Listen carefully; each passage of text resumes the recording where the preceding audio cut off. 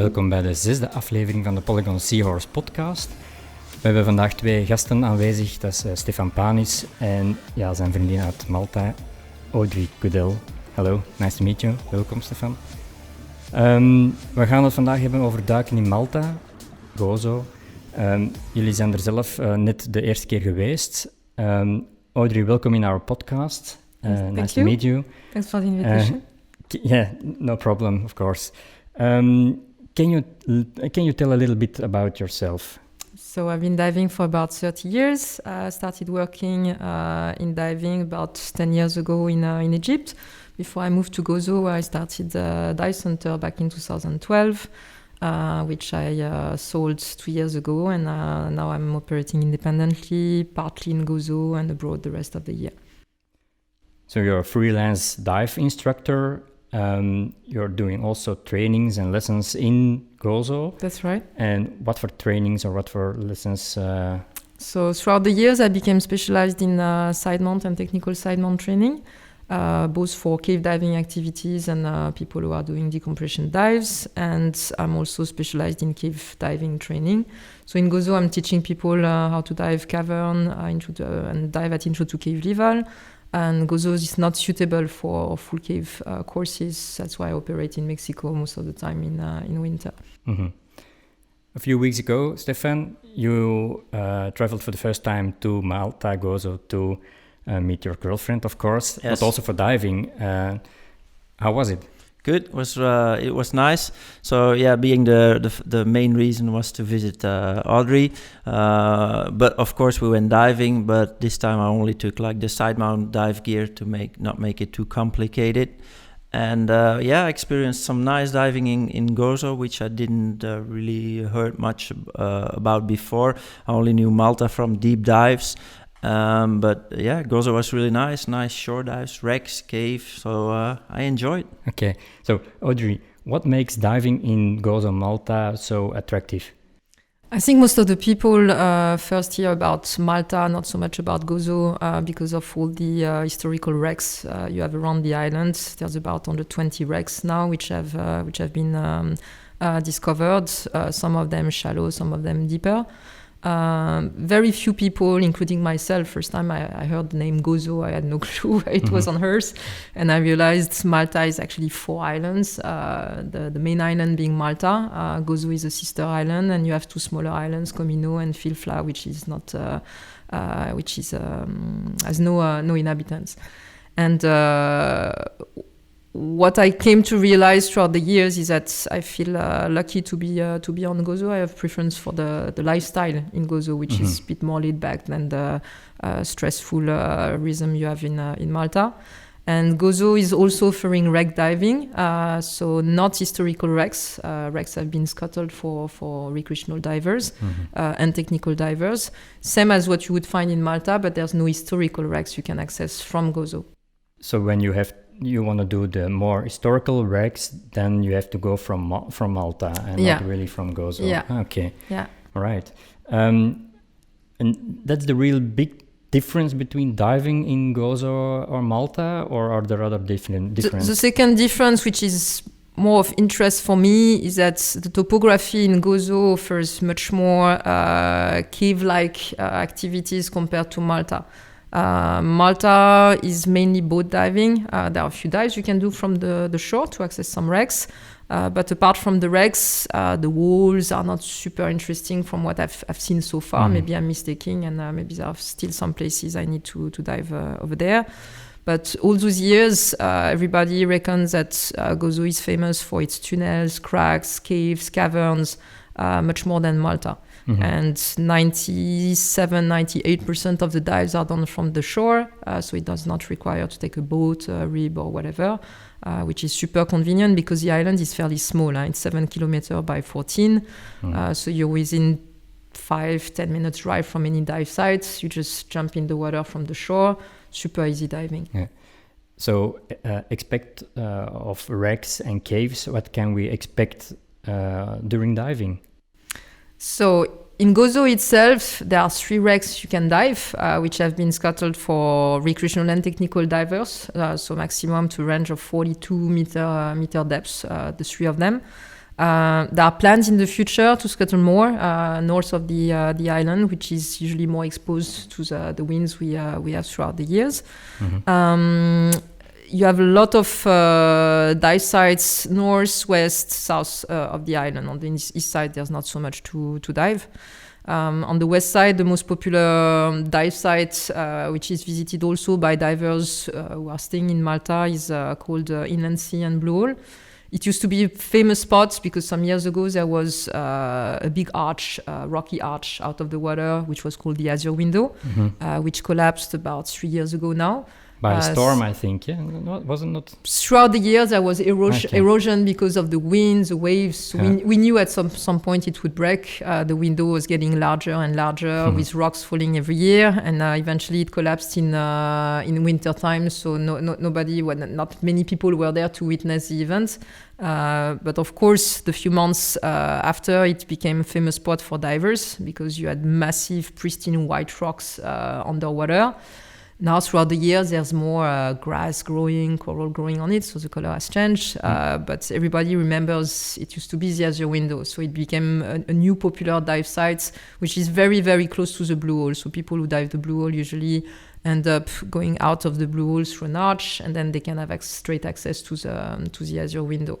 So it still makes the dive sites very, very attractive, and there are some other interests around these places. There are a lot of tunnels and cracks. Which are cave-like because at some point you're losing sight of the light. Some of them offer 120, 150 meter penetration inside. They also give access to the aquasphere, the fresh water filtering through the grounds of Gozo into the sea. So you have some kind of alkaline effects as well. Nice spots to dive. Okay. Stefan and Audrey, you are technical divers. So the dives that you made together, they were 100% technical dives. How deep are the dives then? What kind of wrecks, of which wreck is your favorite wreck? I dived both the Caruela and the communal land. 100% technical. Well, we did use like a side mount diving with stages for longer decompression, meaning longer bottom times, and I liked them. I liked them both because it's easy especially in side mount configuration. The engine rooms, there are more rooms, decks lower down to explore, and in side mount it's super cool. Like the Caruela, the engine room. It's the Caruela with the big engine room. All right, yeah, that's really impressive. And there are two machines, and you can go, enter the engine room in the midway passage and go all the way around through the machines. It's really nice. Yeah. It's also your favorite wreck, or do you have another one? The Caruela is still my favorite wreck, even though I came to discover the communal land much more, which offers a lot of options for side mount divers who like to do tight restriction and wreck penetration. There's a lot you can do actually on the communal land. The third one is the Schlendy. Unfortunately, it's the biggest of the three. It's 80 meter long. The two others are about 45 meter long. But when it was scuttled, the wreck went upside down, and now it's collapsing inside. There's been some accidents, so it's definitely not recommended to do any penetration there. And if you define technical diving as any activity, basically where you can surface wherever you want, it can be related to decompression. So we did a bit of decompression dives on the wrecks, but with appropriate gas and a stage. It's not a big technical dive. It's not a deep dive. There are some other deeper dive sites close to the wrecks. There's a dive site which is quite commonly used for deep decompression dives, which is called Russell Hobbs, or middle finger, because there's a huge pinnacle underwater, which is going from 12 meters from the surface down to a plateau at 60 meters and 100 plus if you go beyond. Yeah. So you can access depths from the shore fairly quickly. And other technical diving activities where you could not surface whenever you like are related to cave diving. So I took Stefan to what is probably my favorite spot on the island, which is called Billingshurst. It's a huge cave, no restriction, But parts of the dive is completely done in the dark. So there's a line circuit installed there some years ago, which is not completely required, but it's always better to have a guideline. And it's spots that I tend to use a lot for training purpose. So we can make a lot of navigation exercise in the place. And it's a spot you need to have the chance to access because it's located in the north of the island where most of the dive entrances are done from cliffs. So you need to use ladders to go there. And quite often the waves are breaking in the north and you can't dive there. So you can't dive billing years throughout the year. The ladders still need to be in place, which does not really happen in winter time. And you need to have good sea conditions to dive and enter over there. So it was kind of challenging entrance. So you were lucky that the possibility was there to have. Yeah, we had to wait a few days actually to dive the site, and then eventually it was a bit rough, but it was doable. Yeah. Once you're inside, it's much more quiet. Just the entrance and the exit, which can be a bit challenging. Also, the caves around Comino, they are also very famous, I read on the internet. Or so there's a lot of dive sites around Malta, Comino, Gozo, which are named caves when they are not actual caves. The one in Comino, which are called Santa Maria Caves or Alex Cave, are more like small tunnel, very shallow, 12 meter, where recreational divers go by boat from Malta or Gozo for the day because nobody lives and stays really on Comino. And they are sometimes open water divers with a single tank, so there's absolutely no risk over there. But of course, the word cave is attracting a lot of divers around the world. So, if you hear cave, you want to go. There's also another cave in Gozo, which is called Cathedral Cave. That kind of looks like a cave, but you have access to the daylight all the time. You can surface in the cave, which is connected to the outside, so you can breathe air on the surface. So it's not the actual cave by standard. Yeah. Okay. It's more for the just normal diver, the hobby diver. Yeah, not really technical diving over there. No. Okay. Also, the Cathedral Cave, it's the same... That's the one I just mentioned. So a lot of people want to access it because you see pictures of it and it looks like a cave. But the standard definition of a cave is having no access to the light, basically, which is not the case when you dive Cathedral Cave. And you can surface into it on the top of it, being connected to the outside. So it's more a huge cavern than a cave. Yeah. You mentioned already the blue hole. What about the blue hole in... So the blue hole, like any blue hole in the world, tends to attract a lot of divers. I used to work in Egypt in Dahab before, which is famous for its own blue hole. The one in Gozo is completely different. Okay. It's a pool which is about 20 meter diameter, which is kind of bubble factory in summertime because everybody wants to dive it, and it's only 15 meter deep. So you end up having a big crowd in the blue hole and a lot of bubbles coming to the surface. There is a cavern inside the blue hole, which is interesting, not a huge one, and there's an arch which is 15 meter maximum depth. You can on the top of the arch you're at 5 meter depth, so nothing challenging at all. The main challenge about the blue hole is the access to it, because it's quite a long walk from the parking lot. It's not a technical dive at all. So all recreational divers, single tank, go there. Once you're on the outside of the blue hole, then you have a wall and drop off going down to 80 meter plus. So you could potentially start a technical dive from there.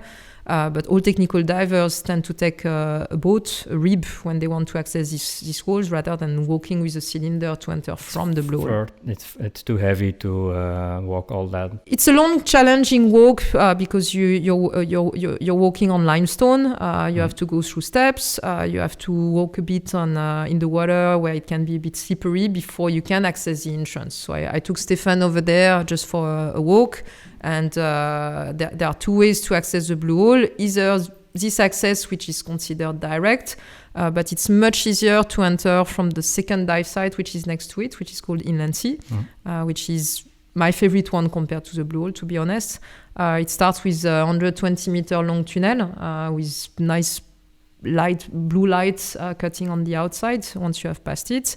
And if you're diving on sidemount, you have plenty of gas and to swim around, reach the Blue Hole within 30-35 minutes. But then on the way, you see some other caverns, interesting things. You enjoy the Blue Hole, and then you come back all the way through inland sea. So you have no walk, no cylinder lifting to do. Inland sea access is super easy. The parking lot is 10 meters away from the access to the water. Okay. So it's a better option for people who are diving doubles. For people who dive single, they won't have enough gas to do that. What kind of equipment do you recommend to travel of doing a diving holiday in Gozo or Malta? Sidemount. Sidemount is my specialty. However, that there's a big population of recreational divers coming. And of course, it's always better to come with your own equipment. But there are a lot of dive centers, both in Malta and Gozo, who are renting really nice equipment. So if you want to travel light and rent for recreational diver, BCD or backplate and wing and regulators, it won't be a problem at all. There are a lot of dive shops as well, so there's a lot of things you can buy around. For technical divers, there's not so many technical dive centers in Malta and Gozo. It developed throughout the past years. In Gozo, you have 2 dive centers which are specialized as well in technical diving, offering still recreational diving. In Malta, there is a famous one, and the other type are maybe 2 in Malta. The other, we offer a little bit of equipment, but not the one you would want to. And anyway, I think when you're at the technical diving level, you should have your own equipment and travel with your own equipment. So you're not going to rent, for instance, on sidemount, a sidemount harness or regulators. If you're diving on twin set, you're not going to rent a backplate. You're traveling with your own things. Yeah. And on the top of this, because the Ministry of Gozo is pretty supportive of the diving activity, you have companies, national airline companies like Air Malta, which are offering a lot of advantages for people who travel with sport equipment.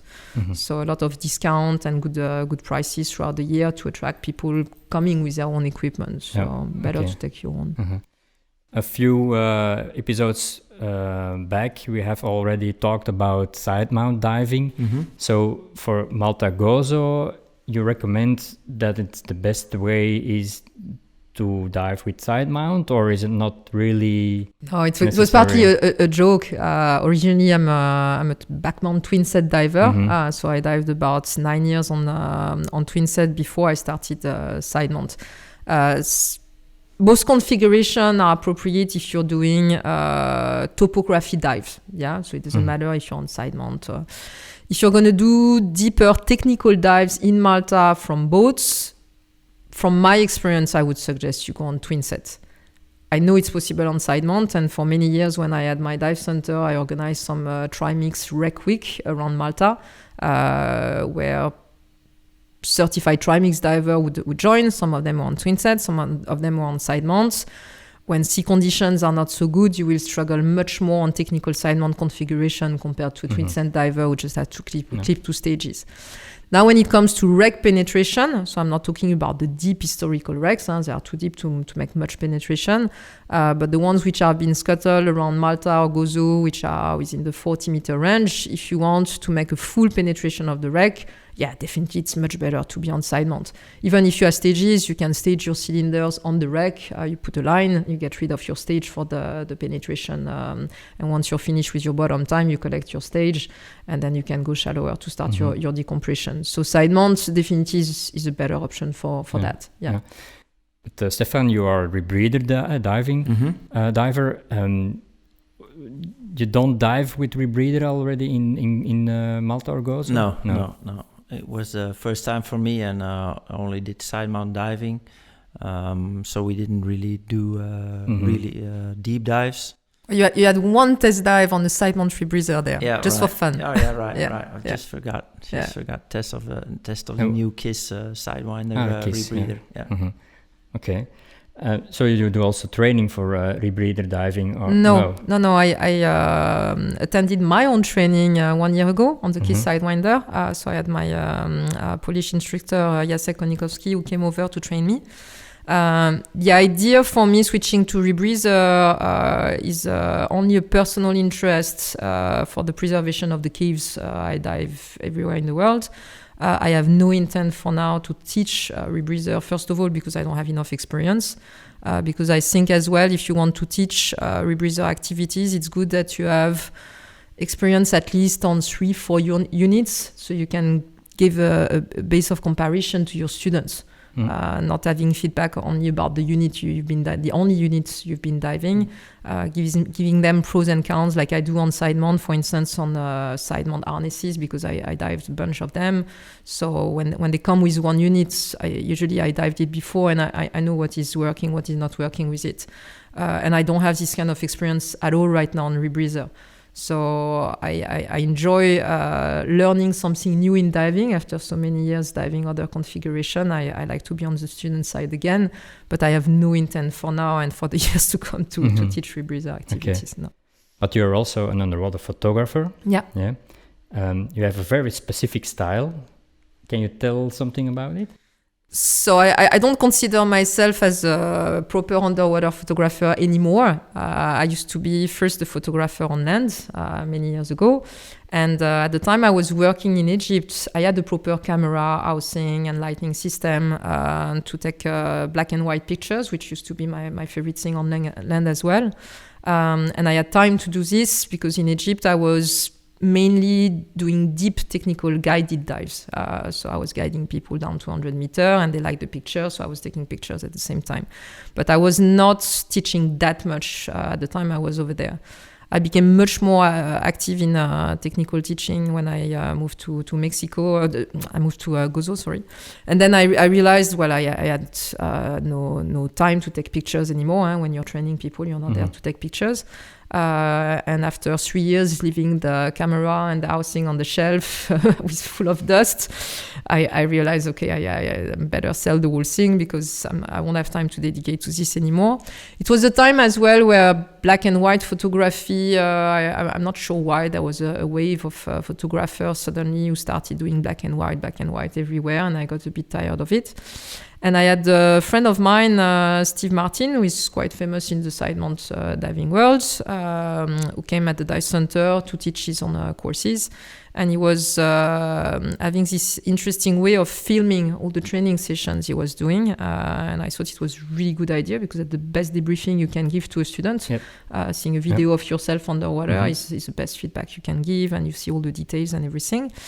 So I started doing the same thing, and then I realized, you can extract the pictures of the video. And so that's how it started. And I thought it would be a crime to transform them in black and white, which is something a bit sacred for me. You need to have the grain, you need to have proper camera for that. And I started working in color, partly because of this and because of the first winter I spent at this time in Mexico as well. Where I realized black and white in caves, it's not working. So you have to switch to color. So I had to learn again to work with color. I realized the GoPro was a pretty good format for the kind of cave I dive in Mexico, which can be restricted sometimes. So if you have a massive housing with arms, it's difficult. It's not going to work. Yeah. So of course I don't always get the quality that Stefan gets with his camera straight away. It's a lot of processing for me, and and I ended up finding kind of style which seems to be mine. It's varying throughout the years. Some years ago I think I forced it too much and it was oversaturated, and when I look at the pictures now I find them awful. But I keep on doing that, and it's mainly for my own pleasure at the end of the day. Yeah. Because here on the monitor we see some pictures from you. Yeah. It's like they have a very high dynamic range. Yeah. That's the kind of style you have, and that makes it very technical some way. So some people like it, some don't. I have people complaining, it's oversaturated, you see all the dust, and so I don't care. I do it for my own pleasure. I share it. If people like it, it's good. If some don't, it doesn't matter. I tend to realize sometimes I get some requests for courses which are motivated by the pictures I will end up doing during the training. So I have students contacting me, asking me, will you take pictures during the training? I say, maybe, but that's not the main point of the training. No, the training comes first, and most probably at the end of the day, there's going to be a few pictures. But it's not the first idea when I work in Gozo or Mexico or elsewhere. When I organize some cave trips as well throughout the year in France, in the caves in the lot for former students of mine who want to enjoy just guided dive and see how it works logistically when they go over there for the first time, and then they don't need me anymore. I did this as well in Molnár János in Budapest for the past 2 years. And then, of course, it's also a photographer's trip. A lot of photographers are joining, and we share the same passion. So it's a great opportunity just to relax, but there's no training involved at all. Yeah. Back to diving in Gozo, Malta. Yeah. When is the best time to travel to having a diving holiday in Malta or Gozo? So you could dive the islands more or less any time of the year, but the real season is starting, let's say, end of March and closing usually beginning of November. You can still dive in winter time, but there's no guarantee you're going to be able to dive because weather conditions are changing much more. It's much more windy, much more rain. And because you're diving close to the shore, the visibility can be affected as well. So you can have fantastic days. I mean, I think the best visibility I ever had was doing some dives in December when the weather is good. It's crystal clear. You have 80 meter, 100 meter visibility. It's fantastic.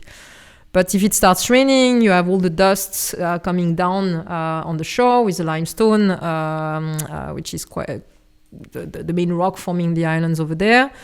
And then for 2-3 days, sometimes you see nothing, or you're not able to enter the water. The sea can be really rough. We're talking about Azure Window, which was an arch which was 30 meter high, and I remember spotting sometimes some waves going as high as the arch at this time. So there are days you won't be able to dive at all, and that's why I decided to spend the winter abroad, because having students coming without being able to guarantee we're going to be able to dive throughout the week, it's not a good idea. So I know the diving activity is still working in winter, but it's more reduced. And there's a lot of dive sites as well you need to access using some ladders. The ladders get broken with a rough sea in winter time. So most of the dive sites, which are located, for instance, in the north in Gozo, are not accessible at all between November and April until the ladders are being installed again. So probably not the best time to go there. And what kind of temperature can we expect from the water? Freezing, like 24, 25 degrees. No, nothing really colder than 13, 14 degrees in winter time, which is usually the temperature I find when I come back from Mexico in March, which is already 2-3 degree warmer than 20 years ago in the Mediterranean Sea. All the temperatures got much warmer throughout the year. But then you have a huge thermocline until end of August. So the surface temperature can go as high as 29, 30 degrees sometime. But you can experience in May, June, suddenly 16, 18 degrees at depth. And gradually throughout the season, the thermocline is going deeper and deeper. The first rains tend to come at this time. Now we are end of August, beginning of September. There can be a few days of rain, but nothing really, really bad. But all the water is mixing, and then you end up having 24 degrees until end of October, which is super enjoyable. Similar temperatures as what you get in Mexico. And then it starts getting colder in November and December. All right. Okay. Stefan, when are you going back to Malta for diving? As soon as possible. As soon as possible. I can believe it. Okay, Audrey, thank you for your fantastic explanation about diving in Malta and Gozo. Pleasure. If people have questions, how can they contact you? So I have a website, which is audreycudel.com, where they have a contact form, so they can contact me through this or by email on audrey@audreycudel.com. All right. Thank you for your collaboration in this podcast. Also, Stefan, thanks for coming and to bring your girlfriend to the podcast for this interesting subject, diving in Malta en Gozo. We gaan afsluiten. Ik vond het een super interessante podcast-aflevering deze keer. Onze luisteraars, bedankt voor het luisteren. En ik zou zeggen, als je onze podcast wil ondersteunen, deel onze podcast op jullie social media. Like ons op Facebook en Instagram uiteraard. En spread the word. Probeer het door te vertellen aan al jullie duikvrienden. En we horen elkaar op de volgende aflevering. Tot dan.